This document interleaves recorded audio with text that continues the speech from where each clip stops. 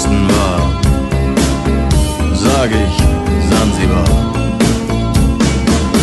Es war eine harte Überfahrt, 10 Wochen nur das Deck geschrubbt, hab die Welt verflucht, in den Wind gespuckt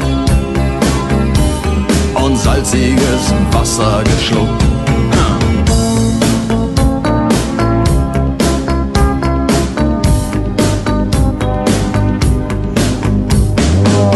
Als wir den Anker warfen, war es himmlische Ruhe und die Sonne stand senkrecht am Himmel. Als ich über die Reling sah, da glaubte ich zu träumen. Da waren 1000 Boote und sie hielten auf uns zu. In den Booten waren Männer und Frauen, ihre Leiber glänzten in der Sonne und sie sangen ein Lied, das kam mir seltsam bekannt vor. Aber so hatte ich's noch nie gehört. So hatte ich's noch nie gehört.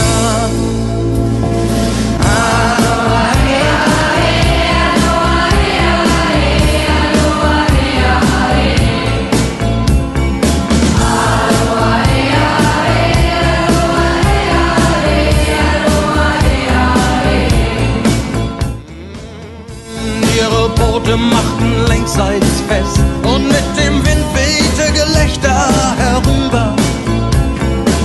Sie nahmen ihre Blumenkränze ab und warfen sie zu uns herüber. Hey, und schon war die Party im Gange.